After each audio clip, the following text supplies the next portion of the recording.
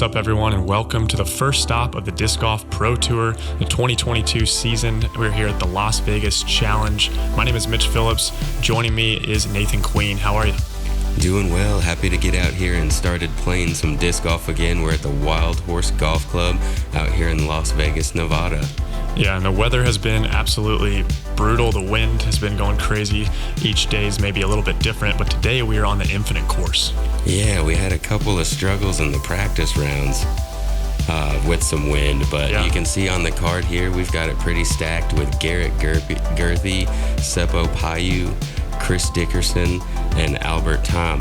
Yeah, it's going to be, this is a card that throws extremely far.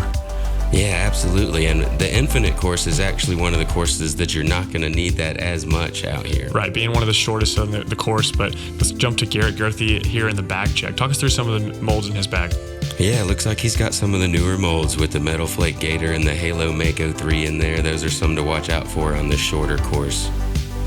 Let's jump into Seppo Paju's bag, throwing Prodigy. Got some new ones in there as well. New disc from Kale Leviska to line up the Falcor. Excited to see that one. He leans on that H1 so often, especially in this wind. So definitely going to be leaning towards that. Like you said, the shorter course, maybe able to disc down into those control drivers. And the ever exciting Chris Dickerson bag change here. You see he's got the Buzz and the Drone in his lineup for the mid-ranges, Challenger OS and SS. So lots of putters and mid-ranges I'd expect. Yeah, that Captain's Raptor everybody's excited about right now. Going to Tamm's bag, sponsored by Latitude 64. He throws a lot of those Opto X discs, very overstable versions of the priors. And he leans a lot on the Ballista Pro to go very far, but like you said, not the longest course. Today he's going to be throwing a lot of those Opto X recoils. Let's jump right into hole one. A pretty treacherous hole to start on. You mentioned that it's really difficult to not go long here. It's the shortest hole on the course. The OB is anywhere you find sand, and you're also going to find some OB long. Yeah, it seems to be a tough one to just land short of the pin. Mr. Garrett Gurthie from Hawthorne, Florida. The wind usually seems to be a tail or a tail left to right here, which for this right-handed backhand is going to pack it down a little bit. But you want to keep it high enough to make sure you avoid that short OB as well. Right, it's that in between of I don't want to push long, but also I know it's going to get pushed down, so it's kind of that battle. And I do believe that Garrett did go out of bounds there. Yeah, that got pushed down pretty quickly. And see, even about 3 feet higher, he would have slid past the basket, though. Thankfully, Wiz is playing hazard, so he is going to have a pretty short putt. But Seppo Paju starting off the season with the standstill. He's known for this. He has so much control in this class of disc and these mid-range putters. It's very much the Finnish style of golf. Anytime you can slow it down is a good thing. And he's got this out wide. The OB is a little shorter over on that side, and that's about as perfect as you can play it there. Yeah. And you even see some, it looks great, and you'll even hit the bottom of the basket and that raised kind of log it's on and take some weird rolls, but he skips right past that. But our first look at Chris Dickerson with the new bag, this is exciting. This is such a big move for him. We're so excited to see how he's going to play today. Yeah, and it looks like he's got that slow putter in his hand for this shot. And just squeaks past that OB short in the bunker and is able to get up there. He'll have a fairly easy birdie putt. Yeah, on the good side of the basket there too, not really having to worry about the out of bounds. First look here at Tamm. It is interesting, this hole. It's pretty rare you get to start off in the shortest hole on the course. Yeah, it's a tough way to start, really. You really feel like you need to get that birdie, but you're also nervous to stay in the OB. And these players have shown pretty great control to all be in the circle. Yeah. Garrett's fallen just a little bit short. Yeah, and Albert with the longest putt here. And that's a nervy first putt of the year putt right Aiming there. right back at the out of bounds. You can see the flag blowing at you with the headwind. Everything could go wrong there. So not a bad miss, able to walk away with just a par. And Garrett being a push putter, this tailwind, I think definitely being a little bit on the easier side, let it kind of carry itself towards the basket instead of fighting it the whole way. Yeah, I've heard very few people say that they prefer a headwind, but they all are always spin putters if they do. Very true. Garrett with a great cleanup putt there, able to connect for his par. A little bit of harm on the hole, but no foul. He'll walk away with the 3 there.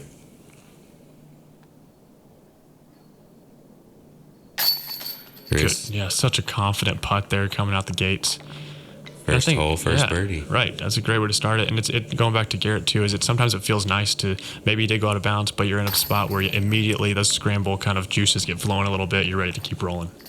Yeah, and if you guys notice, we are in Las Vegas with all these guys with long sleeves and pants on here. Yeah. I believe this is one of the earlier cards, but the high was only 53 or so today, so a bit chilly. Less wind than we've had, but take us to hole 2. Yeah, hole 2, 324 feet. You've got a right-handed backhand gap or a left-handed backhand gap. Going out to the right side for these players, you've got a pushing right to left wind, so you're going to have to get it pretty wide if you don't want to push too far or get carried over to the left. Yeah, and this one actually has a new tee pad as well. It's moved back and towards the left, so it kind of, you'll see that pretty consistently as now this course has a lot more gaps off the tee. This looks great out of Seppo, pushing it real high. Oh, and crosses chain height there. Yeah, good. Pushes that wind, does seem to grab it a little bit. He'll have a round or just outside the circle, it looks like, for his birdie. Yeah, it looks like Chris actually has a mid-range in his hand here, making sure that's not going to skip too far, and when it does land, it's going to land softly, especially after watching Seppo go a little bit long, but a little bit more inside line here. Yeah, with the wind, he's playing for that nose up a little bit, for that wind to grab it and push it, and it doesn't. Yeah, he got stopped, I believe, by a bush right there on the front, never got to slide down. Yeah, it didn't quite make it up over top of that hill. Looks like an overstable fairway from Garrett here. Just getting caught up. That tends to happen a lot on this hole. You think that you've made it long, but sometimes that can be a good thing. If you drop into that hill just like a half pipe, I mean, you're going quick, and the out of bounds can come into play. So not a bad miss to be short there, but definitely going to be an interesting putt. Yeah, he's inside the circle, but it just depends on where you end up at, really. And this looks great from Albert. Gets just enough slow down. He's inside the circle. He'll have a birdie look. And Chris can see the basket here, but it's definitely an interesting, almost downhill putt, but straddled out.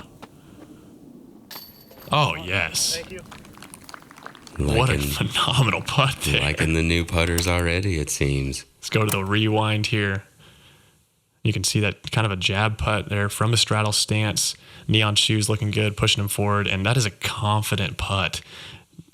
Downhill with the out of bounds behind. So much going on there. Great putt there from Dickerson. Yeah, 2 for 2. That's the way you want to start it, especially on this more attackable course.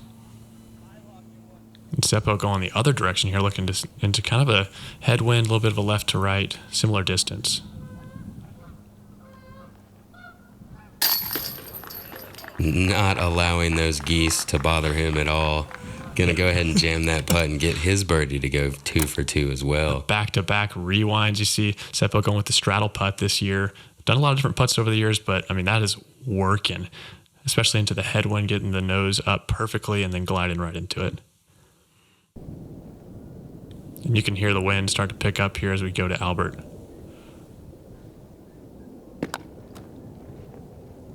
And a slight adjustment from hole 1 does get it to go a little bit further, but he's got a little bit of nerves in that putt, it seems like. He's definitely a good putter from that distance. And speaking of a good putter, yeah, Garrett's 2 for 2. Up and over, trick shot there. That's where that nose down push putt really comes into play, as you're able to kind of go up and over obstacles easily compared to a spin putt where you need more of a direct line. I do want to specify 2 for 2 on the making his putts there. Yeah. Let's jump into hole 3, 666 feet, par 4. Anything out of bounds here is going to go to the drop zone, and this tee pad also has actually been moved back into the left about 60 feet, so it kind of brings those trees on the left in a little bit more. And also, there was a pretty big wind pushing most of their drives, to the right side, so kind of making that a hole where you can really attack and get so much off the tee, making it a little bit more squirrely once you get out this gap. Yeah, I think this hole has always played one of the easier holes. It's a pretty short par 4. Yeah. And they were trying to make it a little bit more difficult.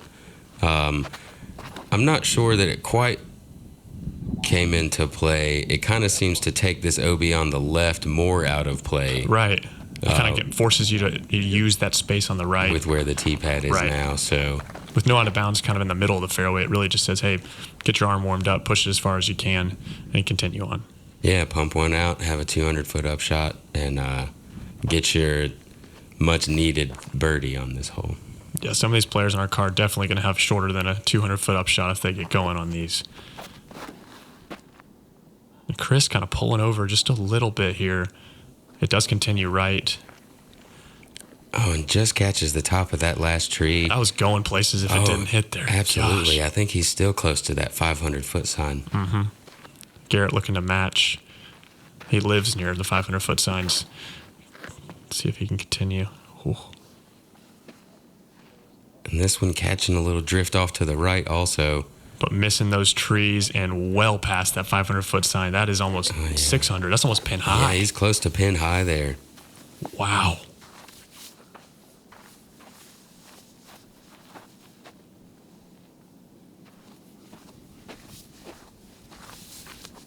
And Albert, a player, the forehand and backhand, just absolutely known for the distance, known as the bazooka.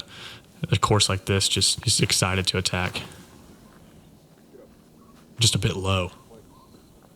Yeah, just a bit low, but it has carried enough. He's not going to have much of an issue.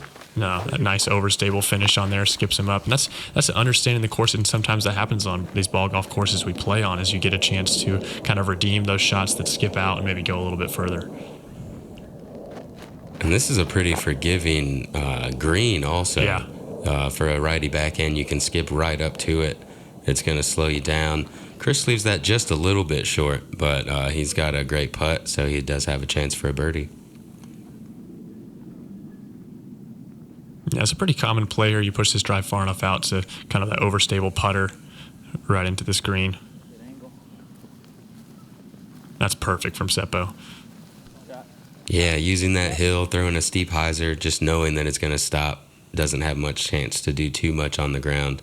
Yeah, and where he was there, he actually wasn't sure if it was sitting. It's kind of depending on which side of this fairway you're on, you're able to see how far you are from it. Oh, wow. And Albert Tamm almost putting it in for two here. But giving himself another one of those kind of headwind-looking putts here. It's kind of getting to that point you start putting in your mind and thinking, which side of the basket do I want to be on? Or just put it under the basket, as Garrett Gurthie has done. That's where you want to be. Yeah, no matter what the wind is, you want to be under that basket. Chris from Circle's Edge here. Oh. And just a bit high in this short grass. He's going to get a hold of that one just a little bit, but it looks like he stayed right about 20 feet. He's going to have that tailwind that just makes it easier when you have to putt. Yeah. Albert, like you said, looking back into this headwind downhill as well. Oh, and another correction. He's getting closer. Yeah. He's going to get that confidence.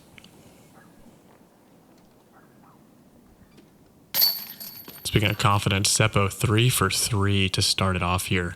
What a way to start the season. Get your first turkey on the first 3 holes. Yeah, and this is one of the only tournaments that Seppo will be playing here on the Disc Golf Pro Tour. We're going to be doing a lot over in Europe and here in 2022. So it's one that, he's coming out, guns blazing, trying to just do everything he can, pushing. So it's going to be an exciting round to see what Seppo can do. Yeah, absolutely. It's exciting to see. 3 years since he's been here. Yeah. It's been a long time. Great to see him back. Focus. Get rid of any of those pressure thoughts and really center yourself, like where you're at and the shot you're throwing. Trying to just really let everything besides the basket bleed away.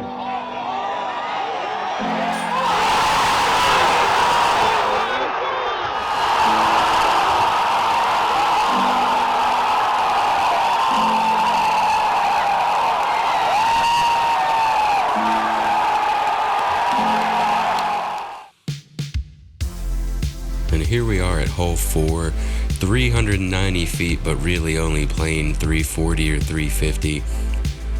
There's a gap you have to hit off of the tee if you don't have a huge arm to go high over the top. But just distance control really on this one. There's OB off to the right and OB long as well. So if you get moving too fast, you're going to get a big flare. Here's that high over the top though. And this basket is elevated. And this is a great way to control distance. If you have enough power to get that hyzer all the way down there on that steep angle with this short grass, that's one of the few ways to keep it from flaring. And Seppo leaves himself a little bit short, and I'm actually surprised to see Garrett go for the more straight shot here. Yeah, he usually goes for that big hyzer to be able to control it and not have to, let off on the power. But he does leave himself left side, just outside of circle, still with an option. Yeah, backing down to that mid range, he does enjoy throwing those hyzer flip shots as well. Yeah, one of the furthest mid-range throwers on tour. Definitely has great touch with it also. So showing that right there, he's pin height. It'll be about circle's edge. Dickerson with a totally different line than the previous two, going with a flex line, this overstable fairway. That's the line that I like. Yeah. For this shot. Get it to flat, and then right at the end, it's just going to dump. Make sure you hang it out wide enough so you don't get that big flare. Yeah. And then, it also can control the flare, too, if you're kind of flexing it and letting it land a little bit softer. Looking like a mid-range in Albert's hand as well. I think it needed to be a little bit higher. Yeah, I just caught that first kind of false front there. He's got a scary putt here. But he's looking to get it going. Oh no. And the corrections have been made, but from that distance to draw metal. Seppo from a similar distance. Oh my gosh. He barely even moved his legs there. I was about to say that was all arm from at least 50 feet. Distance where most players are jump putting. He puts that on hyzer, straddle putt, just knows that point perfectly where it's going to fade back on that raised basket, OB behind. What a fantastic putt. That's fun to watch. I'm going to go back and watch it again. Seppo, one that the putting has been difficult for him over the years. He's talked about it, been vocal about it, the slump that it's gone, but he is feeling it today. Garrett looking like he got a little break in the small amount of wind we got today, and just a little bit low. He's going to want that one back. Yeah, and sometimes it's almost better to have a consistent wind instead of this kind of gusty in between. You don't really know what to expect. You kind of get in that flow of, okay, this is the way I feel when I know I have a headwind, and then times like that, the wind goes away. Chris from a similar distance to Garrett. And back on track. 3 out of 4, just missing one putt, a little bit high on the last hole. But great start. This is the course you want to attack. You have to get these birdies. Garrett squeaking in that par there, just a little bit right side. Be a par there for Albert as well. But Albert's wanting to make some adjustments here. He's doing well, not showing his emotions. Yeah, we're moving to hole 5, par 3, 370 feet, another new pin position. And we're introducing a lot of the spectator out of bounds on this right side. You have a hazard there on the left. Doesn't come into play too much. You're going to see a lot of players disc down, go to a mid-range. This is a little bit downhill, and you really want to control that left to right movement as this becomes more of a straight shot, as Seppo goes more of a left to right shot. And this is flattened out on him a little too early. Yeah. He was going with the mid-range there. And a smart play because there is that bunker long. Right. If you're going that turnover shot, there's a very small gap off to the right that used to be more open. I don't know if any of these players will take it or not. Chris going to the mid-range as well. He's got a nice stand-up on this. Oh, this looks perfect. Oh, flashing chains going a little bit long. Let's check in with Chris's form check here. See those big long steps using a smaller stature but getting the most out of it. That big push off the left foot and that perfect weight shift. I feel like he just controls the disc so well as he comes through the power pocket. And even to a mid-range there. A mid-range on a 370-foot hole is, a push, but... And here's that little gap off to the right I was talking about. Garrett's got that big hyzer power going almost up over top of these trees. But those have gotten taller as well. Mm-hmm. A little tougher to keep it inside of those now. Here's another line. Short. Albert going to the forehand here. Such a smooth forehand player. Oh, this is perfect.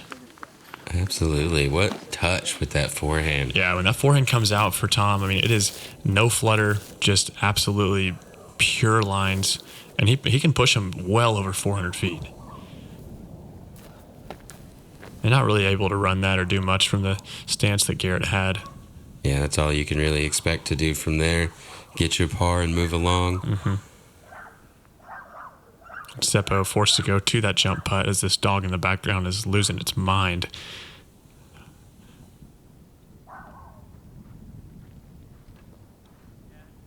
And I love the way that Chris takes his time, still goes through his routine. Robot chicken, as so many people have called him, and it's true, but it works. I mean, it's something that taking notes and knowing that no putt is a gimme. And it takes that peace of mind, uses his time, and comes up with another birdie. Yeah, hits that one dead center. That will tie him back up with Seppo now for the lead on the card. As long as he converts on this par putt here, which I expect he shall.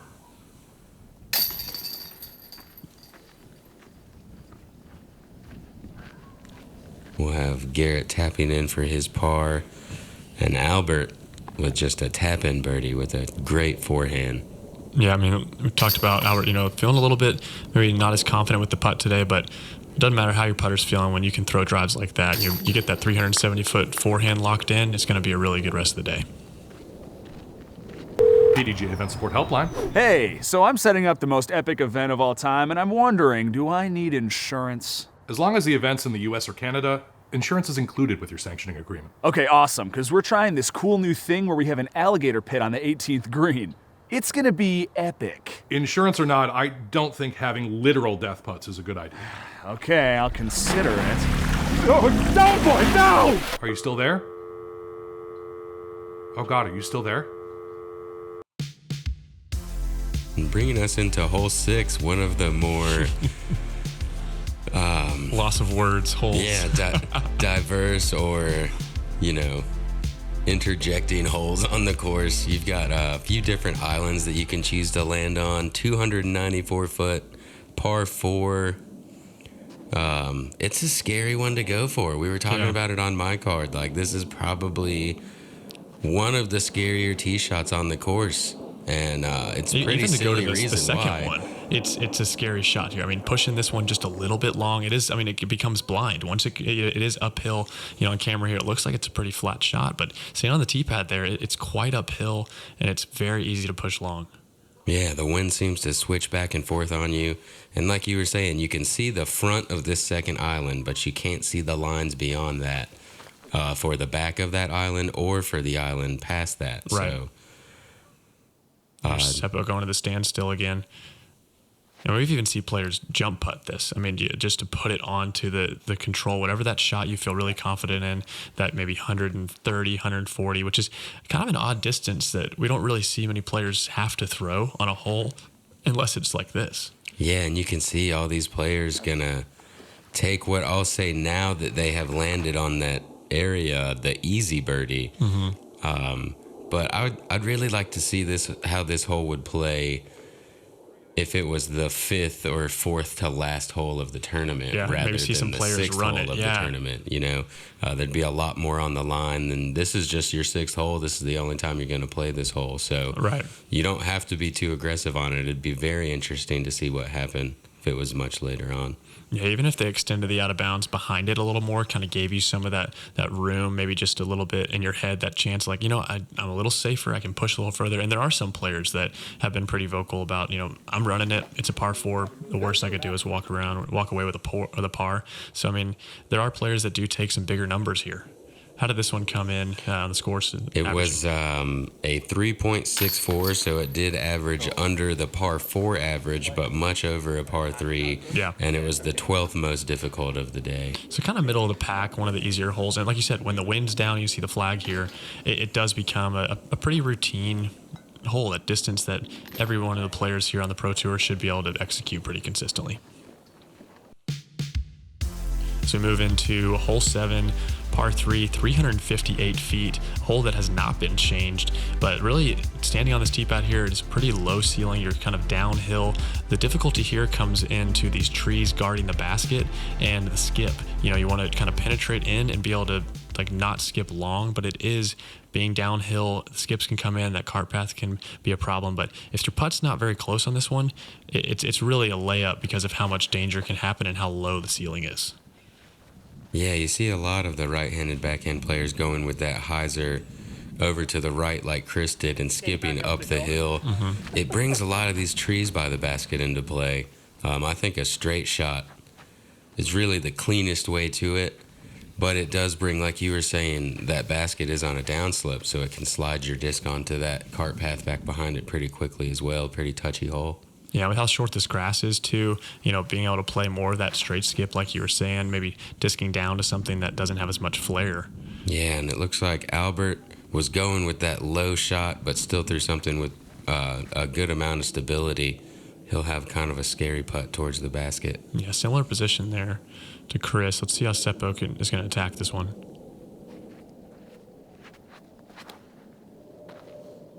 A little higher.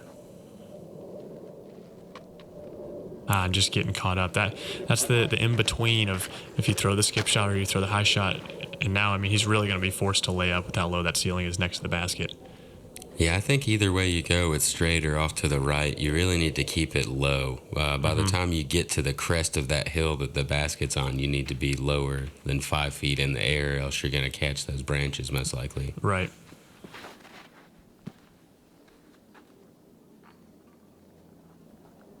Garrett a little more inside than the rest of the group, gets that skip and actually has a pretty clean look at the basket. But again, it's a quick green. The cart path there, Seppo is just going to have to lay up.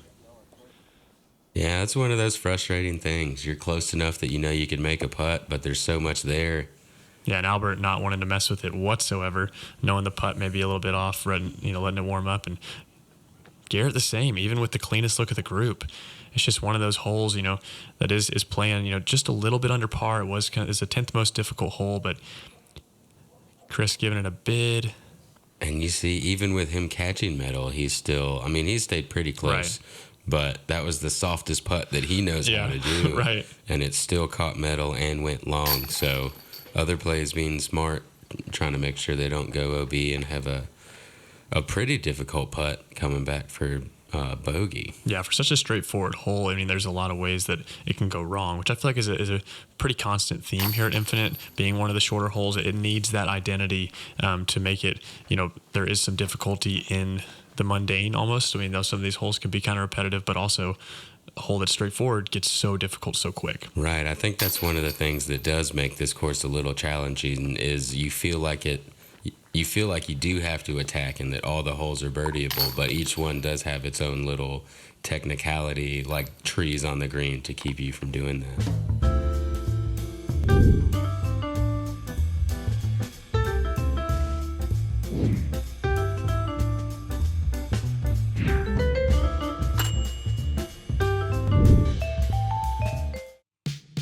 As we move into hole 8, par 4, 735 feet.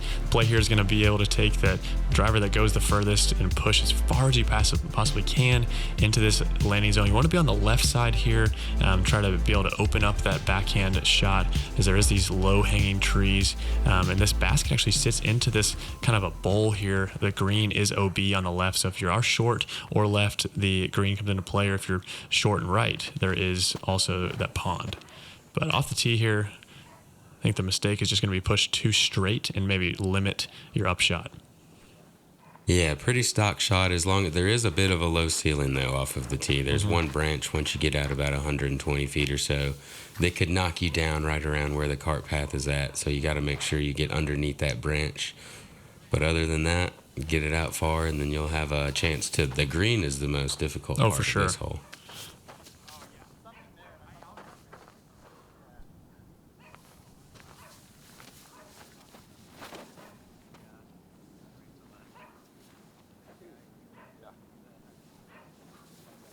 And our players here really taking advantage of that short grass and knowing they're going to get a skip, putting things out a little bit more, playing for that, knowing that movement is going to happen.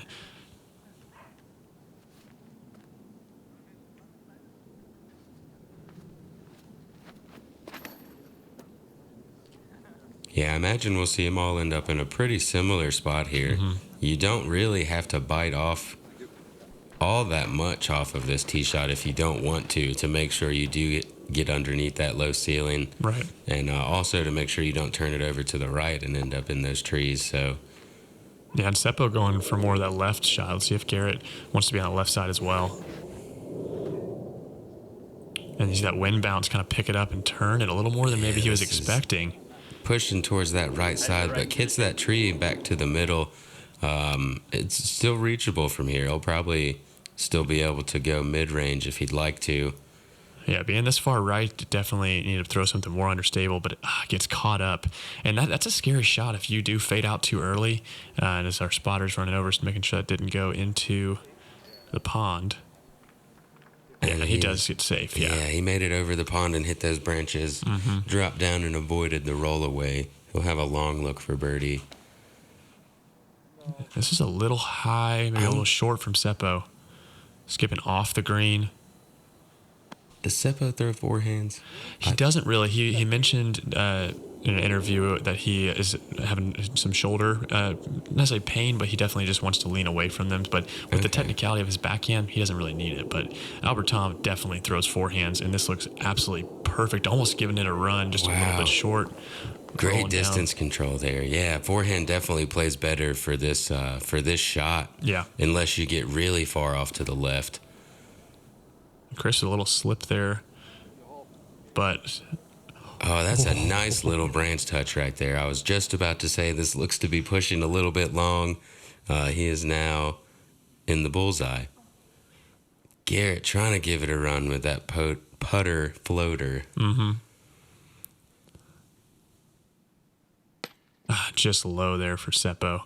Yeah, you can see it drop about halfway there. And Seppo actually was in bounds there. He was just on the fringe of the green as Albert Tamm picks up another great birdie. He's really starting to heat up here. Yeah, after 4 putts that were just a little bit low, he's gotten 3 of the last 4 holes, so picking it back up. Yeah, first tournament of the year. I mean, you're really getting in the groove and starting to feel it. But 3 down, through 8 is, not as hot as he maybe wanted to start, but definitely getting some momentum behind him as we get towards the middle of this round. Yeah, lots of birdies on the card here. Moving into hole 9, 427 feet. Pretty tough par 3. This one's slightly changed from before. They've shortened it and changed it to a par 3. Rather than about 550 feet, they've shortened it a little over 100 feet, and now it's a very difficult par 3. Yeah, the tee pad's kind of tucked in, and you have this low-hanging branch on the right, really forcing more of a stand-up shot. And anything that goes out of the sand, is going to be out of bounds. So if you push too long, it's pretty hard to do as Chris gets caught up there. But pushing too long there, this is kind of, for some players, it's in that in-between of, because it's so uphill, you have to show the bottom of the disc. It tends to slow down, and getting all the way into the circle here is a really tough task. Yeah, those branches really wouldn't come into play if the ground didn't go up so much right in front of you. So it is just kind of awkward. It makes you feel weird. There's plenty of room there to do it. It's just a difficult one to execute. You see him getting the nose up there as well. He's got so much power, though, that this could possibly still reach it. But he's pulled it out a little wide. He'll probably have 90 feet or so. And I was actually standing there right there, and that disc was about 2 feet over my head. And there's definitely some power coming into that as Seppo takes a more direct line. And it does stand up pretty late, but it is going to be short left. Yeah, it didn't quite get enough stand up on there. Let's see what Garrett has. He's got the hyzer stand-ups. Gets one out well, but it may have straightened up just a little bit too much. Just needs to finish quick. Yep. Oh, wow. And he does go pin high, but kind of on the side of the basket where his style putt is not going to have the ability to do it. He'll probably maybe go to a little bit of a wrist snap, kind of run at it as Seppo puts that touch in the bricks. It's a no-fear par putt there. Yeah, great touch on the upshot from Seppo. Chris pushing just a little bit long, but not too much trouble there. Albert with the long look. And gonna get a 3 like a lot of other players. Yeah, on we this hole. kind of pausing there, like, is it gonna roll? Some of these baskets being up on those small little pedestals, those couple of bricks, it can get scary here. And Garrett, putting it on line. Soft run, giving it the little ting on the way by. Yeah, that's that kind of range. You're really just kind of playing catch. Just a little bit left, and good comebacker there for Chris. Yeah, keeping the solid putting alive. And yeah, with this being one of the harder par 3s on the course, lots of par 3s here. This is the 3rd most difficult hole on the course just for lack of birdies. Yeah, and I mean, 0.12 over par, but I mean, it just shows how well this course is being played in these conditions. But to be the 3rd hardest hole, and it was honestly one of the only holes that we had a backup today too, just because it's that kind of tweener. This new pin position does kind of make it a little bit more difficult. Well, there we have it. Went quick, but we're down with the front 9. Checking with the leaderboard here. Chris Dickerson sitting at 6 down through 9. Seppo Paju at -5, and Garrett and Albert at -3. At first, let's check in with the leaderboard overall. Gannon Burr at 7 down through 9, just 16 years old, putting on a full tour and coming out hot. Another face here from Norway, Petter Lunde. I mean, just really cool to be able to see these European players, show up and put up some hot scores. One on our card here at Seppo, right in the mix. Yeah, absolutely. This is early on in the day as well, so cool to see so many hot scores as early as we are. I'm looking forward to seeing how it turns out. Yeah, and the scoreable conditions hopefully going to continue as we head into the back 9. Be sure to like and subscribe here at Gatekeeper Media. And I'm excited. It's the first tournament of the year, ready to get onto this back 9. Yeah, absolutely. I'm excited to see some more birdies going into it. Yeah, we'll see you there.